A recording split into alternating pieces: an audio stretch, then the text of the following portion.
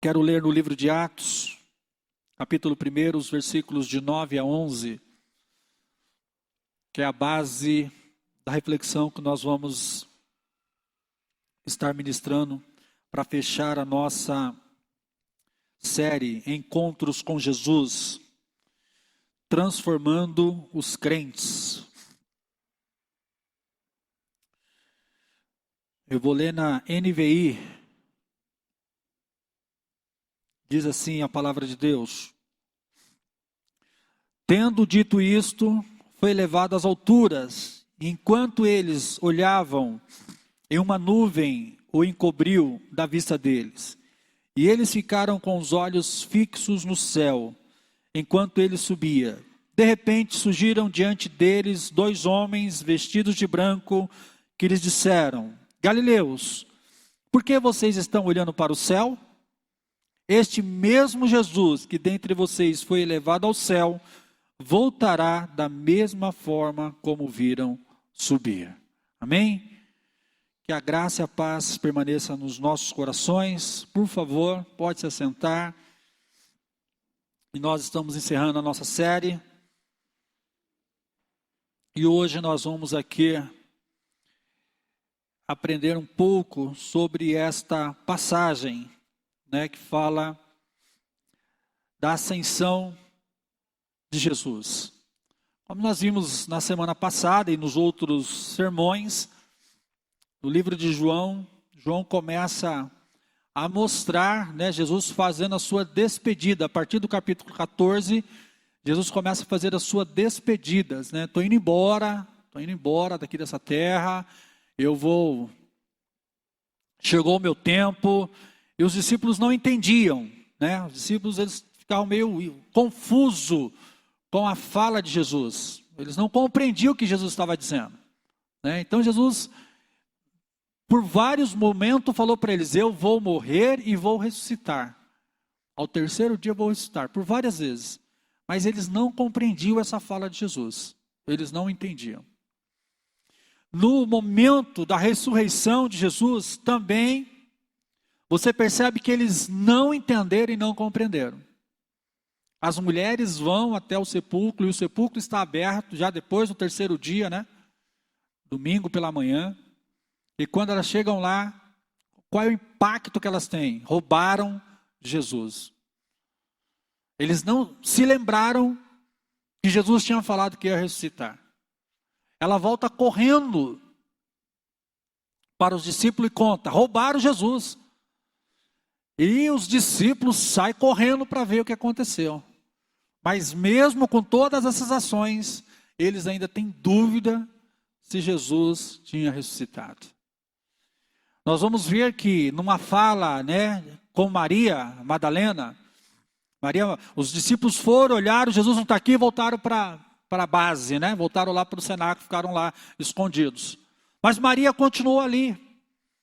Ela vê 2 anjos dentro do sepulcro e pergunta, vocês por acaso levaram o meu Jesus? E aí a resposta dele: olha, por que você está procurando entre os mortos aquele que está vivo?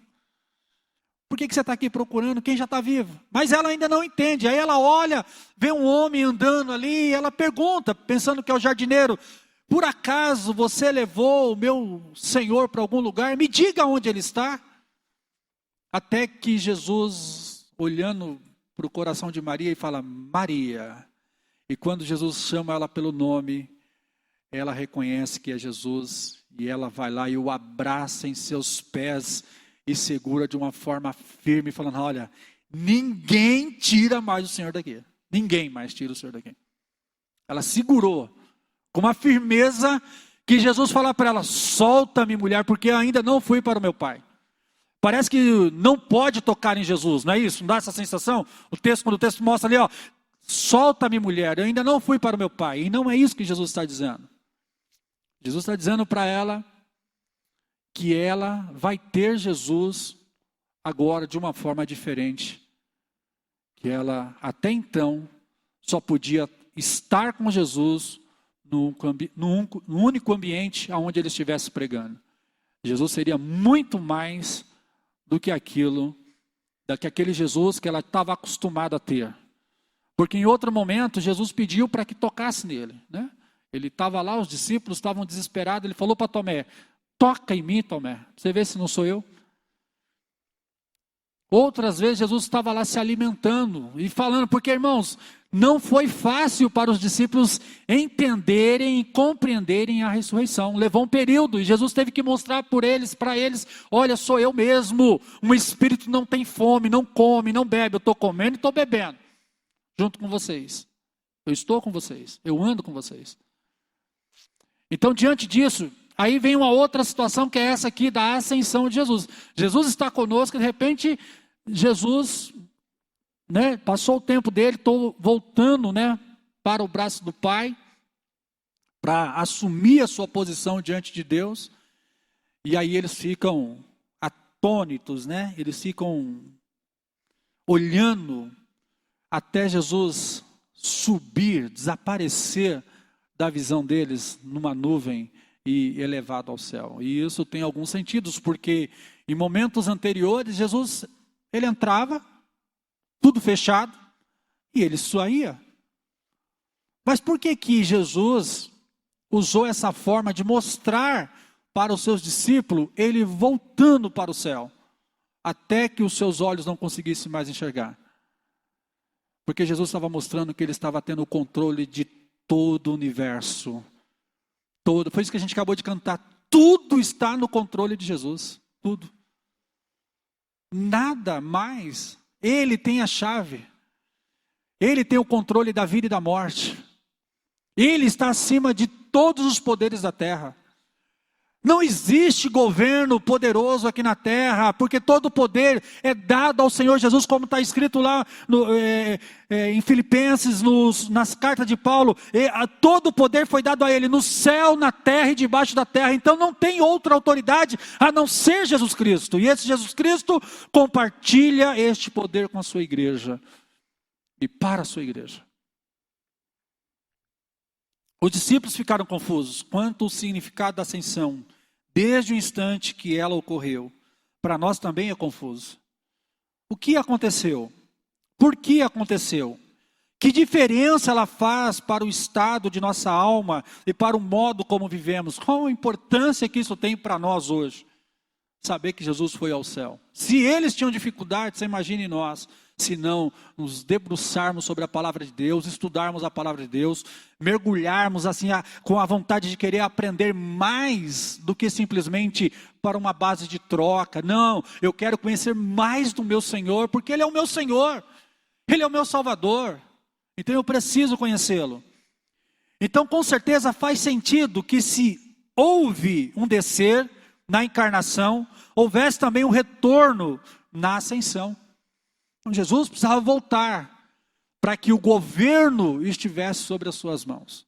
Ele aqui na terra, ele veio com uma missão, e a missão dele era cruz. Jesus veio para sofrer, Jesus veio para morrer, Jesus veio para assumir os nossos pecados sobre a sua vida. E quando você olha para a história ali, quando você vê o livro dos evangelhos, que eles relatam o momento da morte de Jesus, ela é dramática. Porque parece que Jesus não está querendo assumir aquele momento de morte. Não é isso que ele fala? Afasta de mim esse cálice, Senhor. Afasta de mim esse cálice se for possível. Mas seja feita a tua vontade. E qual era a vontade de Deus? Que toda a ira de Deus caísse sobre Jesus Cristo. Para que a ira de Deus caísse sobre Jesus Cristo, Deus tinha que se afastar de Jesus. Deus se afasta de Jesus. É o único momento que Deus se afasta de um ser humano, é quando ele se afasta de Jesus, porque Jesus vai para a morte e Deus não pode compactuar com o pecado. Ele assume o meu pecado, ele assume o seu pecado e vai para a cruz.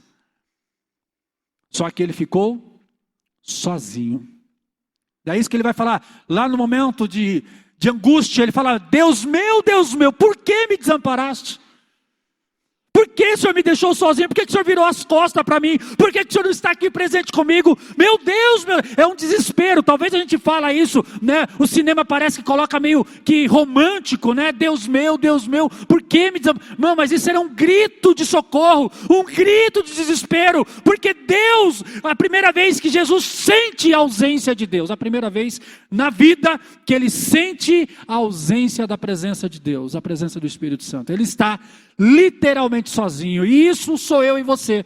Quando você olha a morte dos mártires da igreja, você vai ver que Estevão, quando está morrendo, ele olha para o céu e fala: eis que vejo o céu aberto. E a palavra, os historiadores vão dizer que os crentes, quando iam para a morte, eles iam glorificando, eles iam cantando, mas Jesus foi em desespero, porque a morte que Jesus morreu é a morte espiritual. Ele trouxe para si a humanidade, falou: olha só, eu estou morrendo por você. Isso é fantástico, irmãos. Porque Jesus tinha amigos, sim ou não? Tinha os discípulos, estavam com ele. Quando no momento da oração que ele chama 3, fala: vamos orar junto comigo. O que acontece com os 3 que estão lá para ajudar Jesus em oração? Dorme. E talvez Deus deva, né? Fala: tá vendo, Jesus? Por quem que você está morrendo? Eles não conseguem orar com você, eles não conseguem fazer parceria com você, eles não conseguem 1 minuto da atenção deles a interceder por você. Você está sozinho. Então a angústia que Jesus sofreu, a angústia que Jesus teve, nenhum de nós nunca vamos ter, nenhum ser humano vai ter, porque ele absorveu todo o pecado da humanidade, para que eu pudesse ter a liberdade de poder louvar. Por isso que ele é o centro de todas as coisas. É ele que está no controle. Não tem outro poder no céu, na terra e debaixo da terra. Não tem Satanás, não tem. Satanás tem poder? Tem. Mas diante do Senhor Jesus, ele é um perdedor, ele não é nada perto de Jesus, porque Jesus sim, de fato é o Criador de todas as coisas e é o detentor de todo o poder. Todo o poder está sobre ele. E ele sobe aos céus para que nós possamos, como igreja de Cristo, nós estamos aqui no Alvorada, mas Jesus está lá na China, Jesus está lá no Japão, nós estamos aqui, mas ele está em aonde estiver uma pessoa agora neste momento, voltando-se para ele está voltando para essa pessoa, está dando atenção para essa pessoa. Nós estamos aqui num grupo de pessoas, ao mesmo tempo que ele está aqui na minha vida, mas ele está aí dentro do teu coração, ele está aí falando com você, ele está tocando na tua vida e chamando você pelo nome. Maria, se Jesus estivesse aqui: Cláudio, Nivo, Paulo, sou eu, ressuscitei, não estou mais morto, eu já vivo. Olha, não fique querendo me segurar aqui não, eu tenho uma missão muito maior, porque eu vou morar dentro de você, Maria, quando eu voltar para o céu, eu vou morar dentro do teu coração. E eu sou o templo do Espírito Santo, como você é o templo do Espírito Santo. Jesus mora dentro de nós. Faz uma diferença enorme quando compreendida a ascensão, passa a ser um expediente importante, insubstituível, para vivermos no mundo. Como viver nesse mundo, irmãos, sem a presença do Senhor Jesus? Diante de tantas atrocidades que nós vemos, de tantas coisas ruins que nós vemos. Você imagine se Jesus não estivesse conosco? Você imagine se ele não estivesse no controle das coisas? Você imagine se fosse o inimigo que estivesse? Porque tem gente que acha que é Satanás que está governando o mundo, não é verdade? Não, é o inimigo, não é Satanás. Sim, ele é o príncipe desse mundo, mas o rei dos reis é Senhor Jesus. E contra a minha casa, diz ele, contra o meu povo, contra a minha igreja, não há condenação para aqueles que estão em Cristo Jesus. Se você está em Cristo Jesus, Jesus cuida de você. Ele cuida. Você vai trabalhar, ele está cuidando de você. Não, você não ganha bom salário porque você é um cara inteligente. Você ganha um bom salário porque ele te abençoa. Não, você não tem uma família, não, minha família foi eu que fiz. Não, foi ele que abençoou você. E ele continua abençoando, Porque o prazer dele é ver você bem. O prazer, algo pior que ninguém poderia fazer por você é morrer por você. Ele morreu no teu lugar. Ele assumiu. E quando eu aceito a Jesus como meu único e suficiente Salvador, Ele entra na minha história e Ele transforma a minha história. Porque é isso que nós acabamos de cantar. Senhor, entra na minha vida, entra na minha história, e que os meus atos, que as minhas atitudes glorifique e exalte o teu nome. Que é o mais difícil, irmãos. É que os meus atos e a minha atitude glorifique e exalte o nome do Senhor. Louvar o Senhor é fácil, cantar é fácil, pregar é fácil, mas que as minhas atitudes glorifiquem e exalte o nome do Senhor é o mais difícil. Mas se você crê, até essas atitudes, Deus pode transformar. Jesus transforma. Primeiro, o que é ascensão? Não se trata do simples retorno de Jesus da terra para o céu, mas de uma nova entronização, um novo relacionamento conosco e com o mundo inteiro. Então Jesus não só subiu ao céu, está tendo uma ligação. Quem nos liga a Deus? Jesus Cristo. Eu sou o caminho, a verdade e a vida, ninguém vem ao Pai a não ser por mim. Foi isso que ele disse, é o que ele, não tem outro caminho. Tem gente que fala, não, todos os caminhos levam a Deus. Não leva.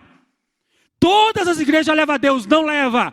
O único que leva a Deus é Jesus Cristo. Você quer ir para o céu? Aceite a Jesus como teu único e suficiente Salvador. Você está no céu. Ah, mas vou para a igreja A, B, C, D. Vai ficar tudo. Tudo. Ah, o CNPJ da igreja de Vida da Promessa. Vai ficar também. A instituição, o presidente. Vai ficar, porque só tem um presidente nessa igreja que é Jesus Cristo. Precisamos de uma estrutura aqui na terra. Precisamos. E Deus abençoa essa estrutura aqui. Mas essa estrutura aqui é temporal.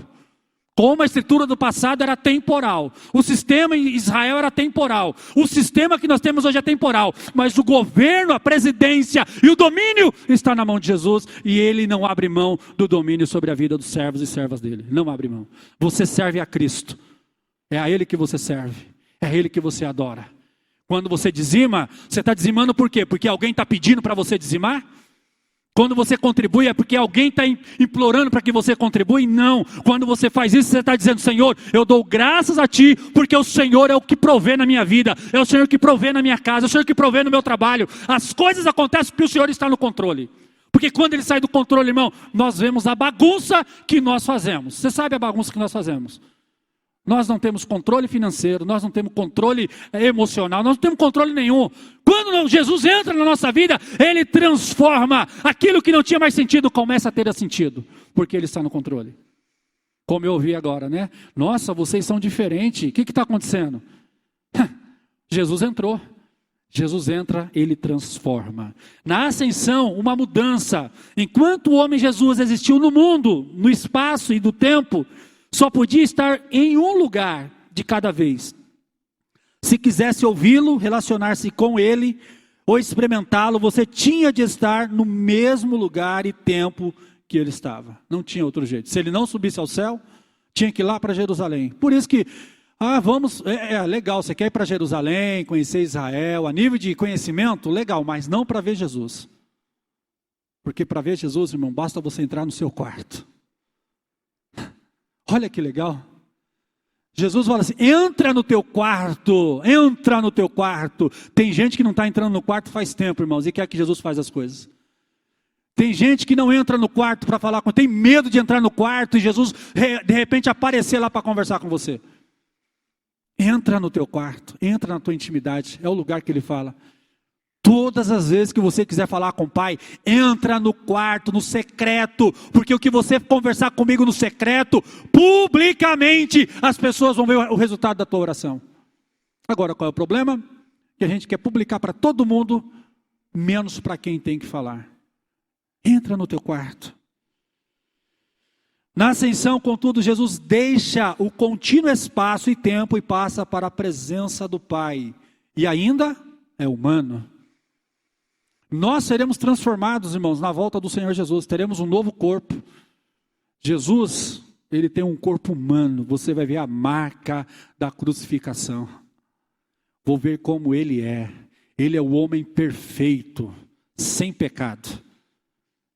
É isso que Paulo vai falar lá na frente, né? Que nós vamos ser, hoje nós conhecemos Ele parcialmente. Ele nos conhece quem somos, mas nós conhecemos Jesus parcialmente. Mas um dia nós vamos ver Ele como Ele é. E sem pecado, nós vamos estar na presença dEle se continuarmos. Ele ainda é humano. Ele ainda é o nosso advogado. Olha, irmãos, que coisa maravilhosa. Você não tem um advogado, você tem 2 advogados. Repita comigo, eu tenho 2 advogados. Você não tem não, irmão.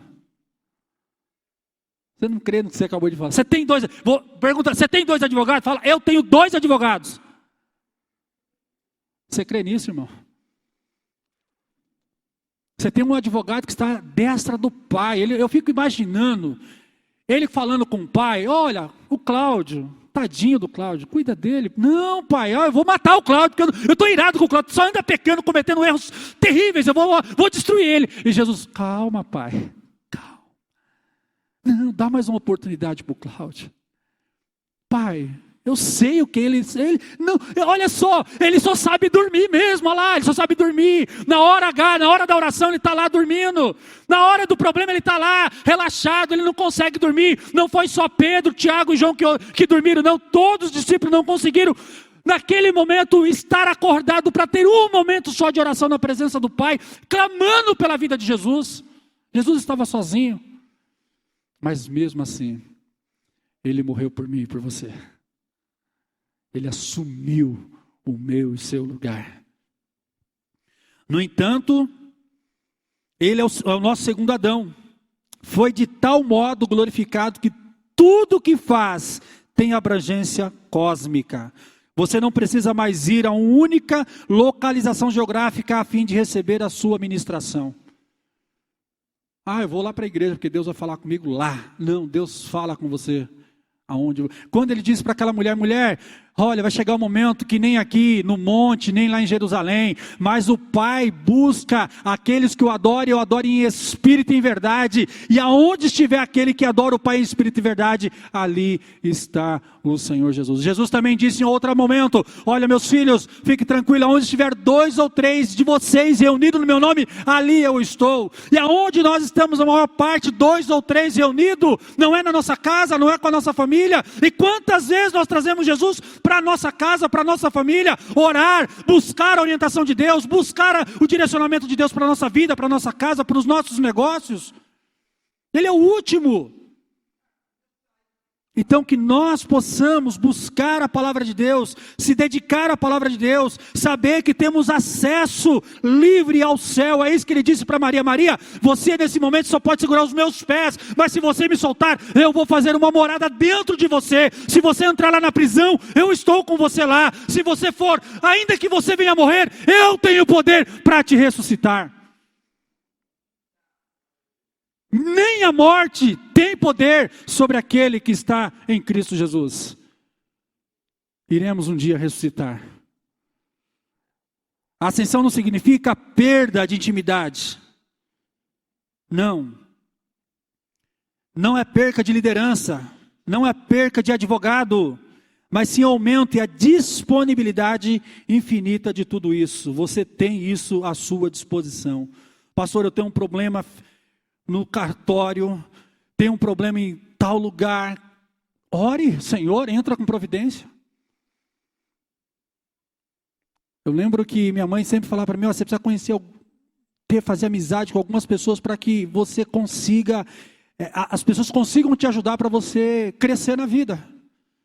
Até eu conhecer a palavra de Deus. Quando eu conheci a palavra de Deus, cara, eu só preciso de uma pessoa. Eu só preciso de Jesus. Porque se Jesus estiver no centro da minha vida, meu irmão, Ele vai colocar família, Ele vai colocar amigos, Ele vai colocar irmãos, Ele vai colocar esposa, Ele vai colocar filhos, Ele vai colocar trabalho, Ele vai colocar renda, Ele vai dar tudo para você. O que eu preciso? De Jesus. O que eu preciso conhecer? Jesus. Ele foi ao céu, mas Ele está lá e Ele está aqui, Ele está no meu coração, Ele está no seu coração, através do Espírito Santo agindo na nossa vida. Jesus está no céu, ativamente engajado na continuação da sua obra mediadora em todo o mundo. Continua sendo o nosso profeta, ensinando e instruindo-nos com a sua palavra, mas agora faz isso em toda parte por intermédio do Espírito Santo. Então a palavra de Deus não está presa a um grupo de pessoas, a um grupo de intelectuais, não. A palavra, ela é livre. Nosso pastor João Augusto da Silveira estava inquieto com a palavra de Deus sobre o batismo com o Espírito Santo. Ele pediu para sair do ministério onde ele era pastor, pediu a carta, por favor, eu quero sair, porque eu estou inquieto com essa passagem. Eu preciso entender, compreender essa passagem. Eu preciso, se vocês não têm uma explicação, eu preciso que Deus me dê uma explicação acerca desta passagem. E diz a história que num determinado dia, 24 de janeiro de 1932, ele estava lá na sua casa, momento de oração, quando o Espírito Santo veio e batizou o pastor João Augusto lá dentro do seu quarto, dentro da sua casa. Olha a igreja hoje. Talvez você nem sabe quem é João Augusto da Silveira, né? Você nem conheceu quem ele. Eu não tive esse privilégio, só pela história. Conheci filho dele, netos dele, a gente conhece. Mas foi porque ele decidiu cumprir a palavra de Deus. Se você decidir cumprir a palavra de Deus, Deus vai fazer uma história nova dentro da sua vida. Ele ainda é o nosso rei, mas agora ele guia e dirige a igreja inteira através dos dons espirituais que concede ao seu povo. Efésios 4, de 4 a 16. Dons de liderança, serviço, misericórdia, ensino, administração e contribuição. A igreja agora não tem um líder. Ela não tem um líder principal. O líder principal é Jesus Cristo. A igreja se movimenta no organismo vivo. Deus não vai dar todos os dons para o pastor Cláudio, para o pastor Adel, os demais pastores, mas ele vai distribuir os seus dons para a igreja. Então cada irmã tem um dom. Você tem um dom, pelo menos um dom você tem. Pode não ser de cantar, de tocar ou de pregar, mas você tem um dom. Deus te deu uma habilidade que ela é única, ela é sua. E Ele espera que você exerça esse dom, não só para a casa dele, mas para a sua família, para a igreja. Tem famílias que estão padecendo por causa que não exerce o dom em casa, acha, não, é só para a igreja. É só para a igreja, vou lá para a igreja. Exerça o dom com a sua família. Exerça o dom. Seja misericordioso. Seja líder na sua casa. Sirva os seus familiares. Foi o que eu falei agora na escola lá embaixo. A questão do perdão, se eu não consigo perdoar a minha esposa, os meus filhos, você acha que eu consigo perdoar alguém mais distante de mim? Minha esposa pisa na bola comigo, se eu não perdoar ela, como que eu posso perdoar aquele que está distante de mim? Se eu não perdoo meu pai, a minha mãe, se eu não perdoo meu parente, meu tio, meu amigo, se eu não perdoo as pessoas que estão, fazem parte do meu ciclo de amizade, aqueles que estão mais próximos de mim, como que eu posso perdoar aquele que eu nem conheço? E como que eu posso dizer que eu amo a Deus? Porque tem uma ligação, se você diz que ama a Deus, você tem que amar o seu próximo como você mesmo. Está ligado, um mandamento está ligado no outro. Então a palavra, o evangelho, ele veio, o Senhor deu, ele administra a igreja através dos dons. Todos os dons foram dados para a igreja. E nós temos que estar na missão. Qual é a nossa missão? De proclamar Jesus Cristo, é falar de Jesus Cristo. Ele vive, Ele reina, Ele é o Criador de todas as coisas. Ele nos salvou, Ele morreu, mas Ele está vivo. E Ele habita lá no céu, mas Ele também está aqui no meu coração. Ele é o único que pode estar em qualquer lugar desse universo. Pai, o Filho e o Espírito Santo, eles são únicos que podem estar em qualquer canto desse universo. Talvez quando você olha assim, hoje nós podemos ter essa imagem do planeta e falar, onde que é o céu? O céu não é mais aonde eu imaginava que é, meu irmão. É um céu para onde Jesus foi, é um céu de céu maiúsculo, é um céu da grandeza, é um céu do poder. Com esses olhos nós nunca vamos conseguir entrar lá, com este corpo nós nunca vamos chegar lá, mas Jesus está preparando um dia para que nós vamos ser transformados de uma forma que nós vamos ter acesso e juntamente com os santos anjos glorificar e exaltar o nome dele por toda a eternidade, e a paz que excede vai reinar sobre as nossas vidas. Você está preparado para isso, irmãos? Amanhã é o melhor dia da nossa vida. Sabia disso? Amanhã é o melhor dia. Não fique desesperado com o dia de amanhã, porque amanhã Jesus Cristo vai voltar. Amanhã Ele vai voltar, e quando Ele voltar, Ele vai te levar você para morar com Ele.